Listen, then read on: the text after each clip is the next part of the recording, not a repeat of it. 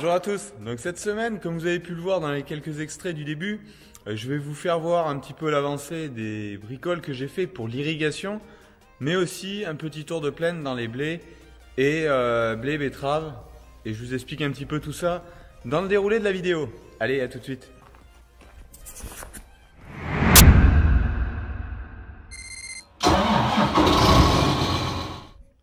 Bon, sur le chantier d'irrigation, comme je vous avais fait voir dans une de précédentes vidéos et sur quelques posts sur les réseaux sociaux, j'ai attaqué donc des petites cabanes pour protéger l'installation électrique et le forage et les vannes qui seront jusqu'au départ du réseau pour emmener l'eau dans la station d'irrigation. Donc ça, c'est deux cabanes qui vont être sur des forages les plus excentrés. Donc comme vous voyez, deux cabanes identiques, elles font 2 par 2. Un petit peu plus de 2 mètres de haut, avec une porte ici fermée à clé. Donc réalisation super simple qui m'a pris un petit peu de temps parce que j'y travaillais pas, je travaillais ponctuellement dessus entre deux travaux pour essayer d'optimiser un peu le temps. Donc ça a été un petit peu long pour les avancer. Bon, ça me reste simplement à mettre les tôles devant. Mais je les mettrai en place avant de mettre les tôles. Je les prédécouperai ici, mais on mettra en place là-bas les dernières tôles et à fixer celles-là, sachant qu'elles sont simplement tenues par 2 à 3 autoperforants, alors qu'il en faudrait beaucoup plus pour la tôle. Voilà. Allez, je vais vous faire voir dehors un petit peu l'avancée aussi de la tranchée que je voulais faire pour l'alimentation de la potence, de lavage et de remplissage, et la cuve pour la pulvérisation. Allez, je vais vous faire voir tout ça.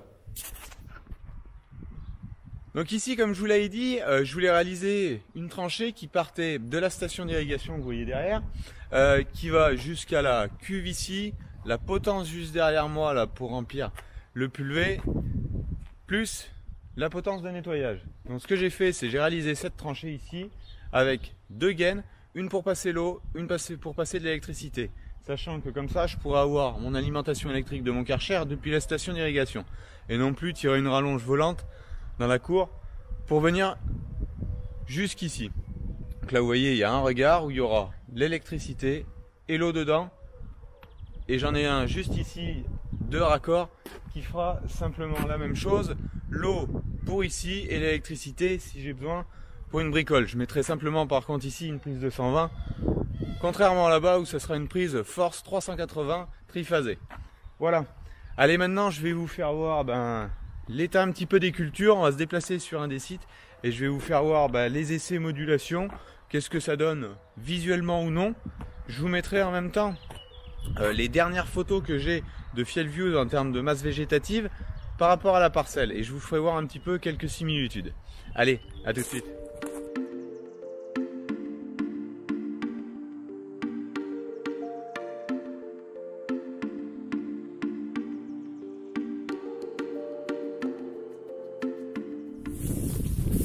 Bon, première parcelle de blé sur le site à 10 km.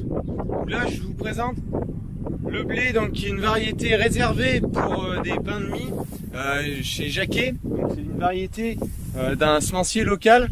Je ne citerai pas de nom, mais vous devrez comprendre. Donc là, c'est le test modulation de dose, cette parcelle que je vous avais présenté à la fin de la vidéo semis de blé au combiné, deuxième partie des semis de blé. Donc voyez un petit peu, je vous ferai une image au drone de la parcelle, vue d'en haut, et je vous mettrai en plus une image de la capture de FieldViews sur la masse végétative. Vous verrez certaines similitudes, certaines zones de parcelles représenter une couleur différente et tous correspondent entre FieldViews et la vision qu'on peut voir avec le drone. L'avantage, c'est qu'on peut quantifier ces zones-là avec FieldViews et ensuite les cartographier pour réaliser une carte d'épandage telle que j'ai pu le faire à certains endroits. Voilà. Donc vous voyez, le blé a pas mal avancé. On a un fort talage. Ici, on est derrière du tournesol qui a été passé une fois des chômeurs à disque indépendant, laissé du Verneland Calidisc et semi au combiné. Simplement, c'est le seul travail du sol qu'il y a eu ici. Vous voyez un petit peu le résultat. Voilà.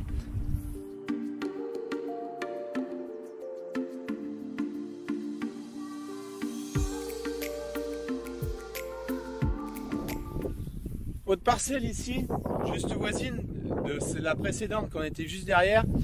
Ici, c'est la parcelle d'essai que vous avez vu en fin de vidéo justement de partie 1 des semis de blé en semi-direct. Derrière, 2 années de prairie, régras trèfle. Donc là, on est sur un mélange d'Apache, d'Orégrain et d'Écarte, un tiers de chaque variété. On voit par la couleur du blé quand même qu'il y a un effet du précédent et l'enracinement est plutôt bon compte tenu de l'année. C'était l'année à le faire. Je dis pas que c'est transposable tous les ans, mais cette année, force est de constater pour cette parcelle là, le semi-direct a été bien adapté, sachant que de toute façon, j'aurais pas pu travailler le sol. C'était tellement sec à l'automne que j'aurais pas pu faire une préparation de sol convenable pour ici faire une implantation dans les meilleures qualités et en direct on a réussi à faire quelque chose d'à peu près correct. La preuve en est juste ici. Pareil, vous verrez sur les images au drone que je vous mettrai là, les 2 parcelles là voisines en même temps, vous allez voir un petit peu cette différence là. Voilà. Allez, maintenant on va juste sauter le chemin et je vais vous faire voir les tournesols semés dans la vidéo de la semaine dernière. Allez, à tout de suite.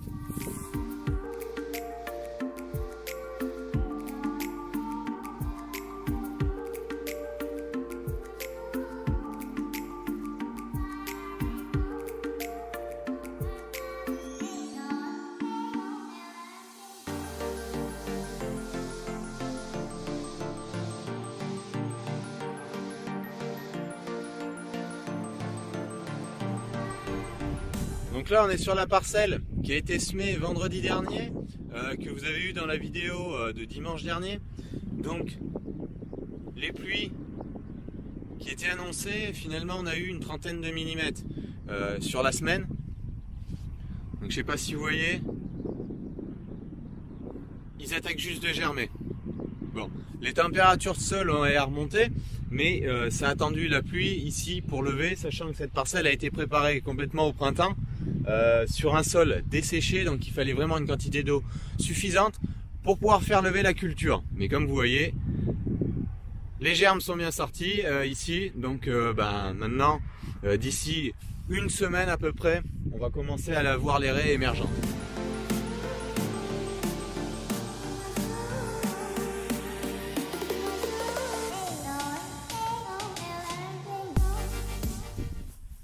Donc autre parcelle là dans du terrain qui est aussi plus limitant, derrière un colza où il y a eu 2 passages de carate, de déchômeur à dents et un semis au combiné.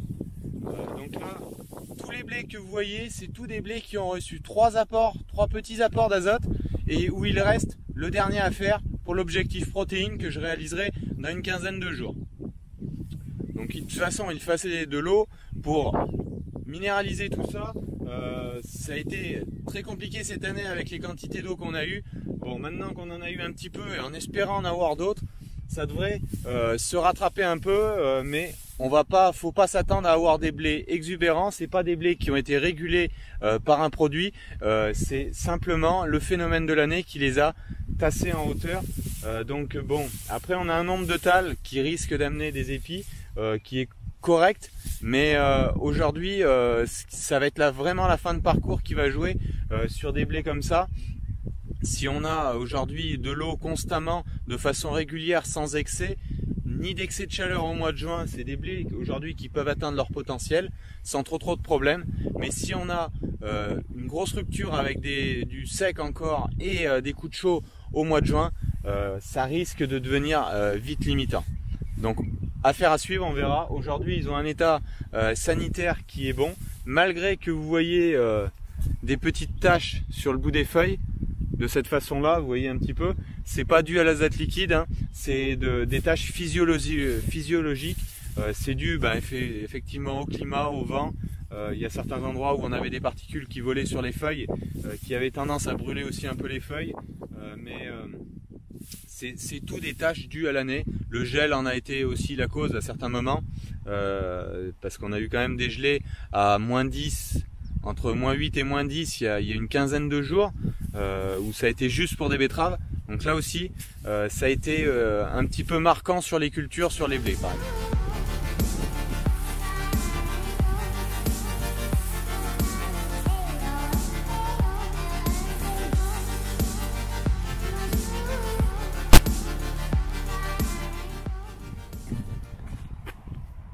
Bon là j'en profite du petit tour de plaine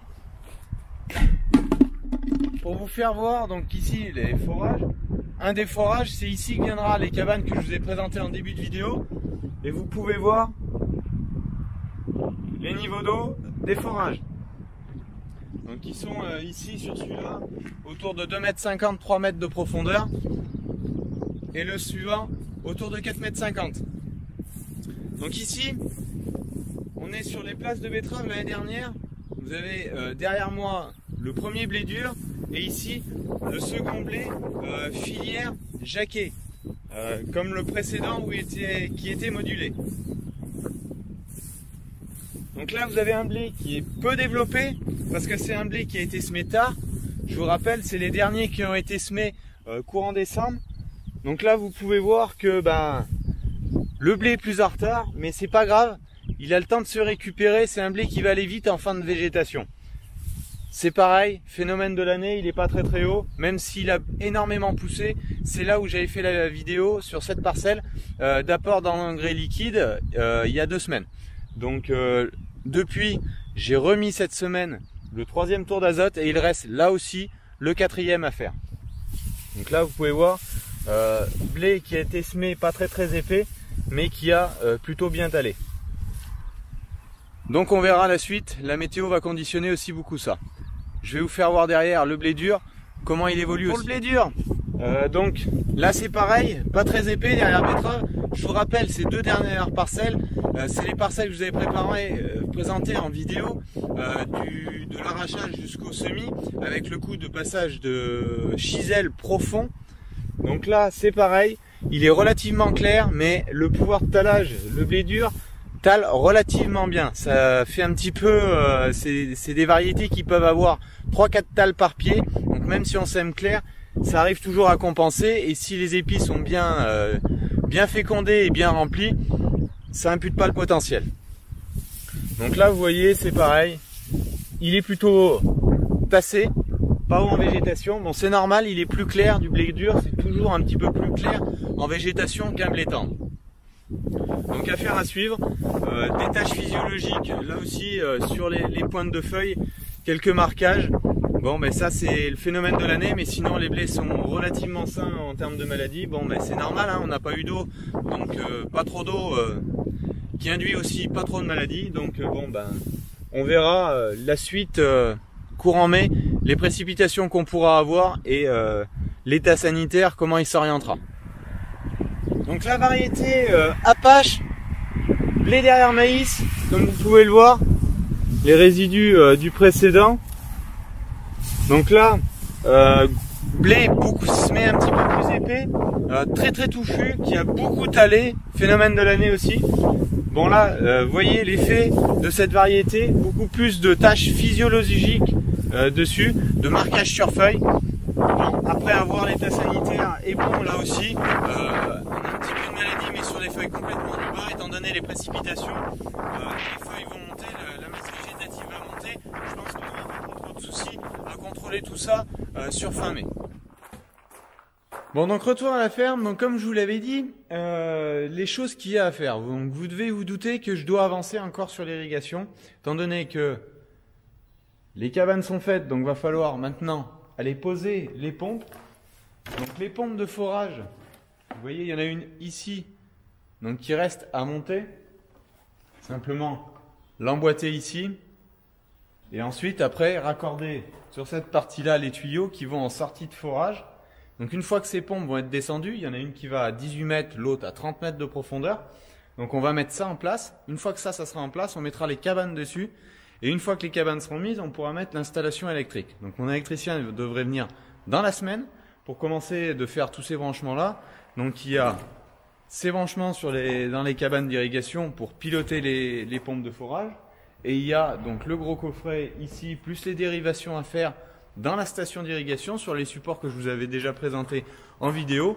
Et après, une fois que tout ça sera fait, donc installer la grosse pompe ici qui alimentera tout le réseau, plus tous les raccords entre donc le sortie de forage, l'entrée dans le réseau qui va à la station, la sortie de la station donc de cette pompe là vers le réseau en surpression, avec donc tout ce que vous voyez dans les palettes vers moi là. Donc des coudes avec des brides à souder, le compteur bien évidemment, des manomètres, des vannes pour vanner donc justement à l'ouverture et à la fermeture, et sur les forages pour vanner le débit des forages. Donc il y a un petit peu de travail quand même à faire là, tout là-dessus. C'est pas du gros chantier, mais on peut y passer beaucoup de temps parce qu'on va sur le forage, on prend les cotes, on fait un modèle, le temps de venir ici, on pointe, on va présenter, c'est bon, c'est pas bon, on remodifie, on ressoude. Enfin, il y a toujours beaucoup de mise en place à faire, et là, ça va prendre énormément de temps, je pense. Donc bon, la priorité reste quand même là-dessus, parce qu'étant donné les conditions climatiques qu'on a eues jusque-là, l'irrigation, le projet est parti. Maintenant, il faut que ça tourne cette année, absolument, pour sécuriser des cultures. Voilà. Allez, je vous dis à la semaine prochaine. Vidéo peut-être un petit peu courte et puis un petit peu trop sur les cultures, mais je pense que c'était intéressant aussi pour vous de voir visuellement le résultat des différents chantiers de travail que vous avez vus avec les outils, les semis, les préparations et tout. Là, vous avez un petit peu un rendu de tout ça.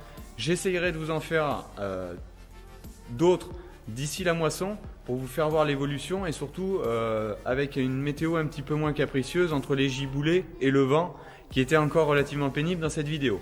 Voilà, allez, je vous dis à dimanche prochain pour la prochaine vidéo. Ciao, bye bye.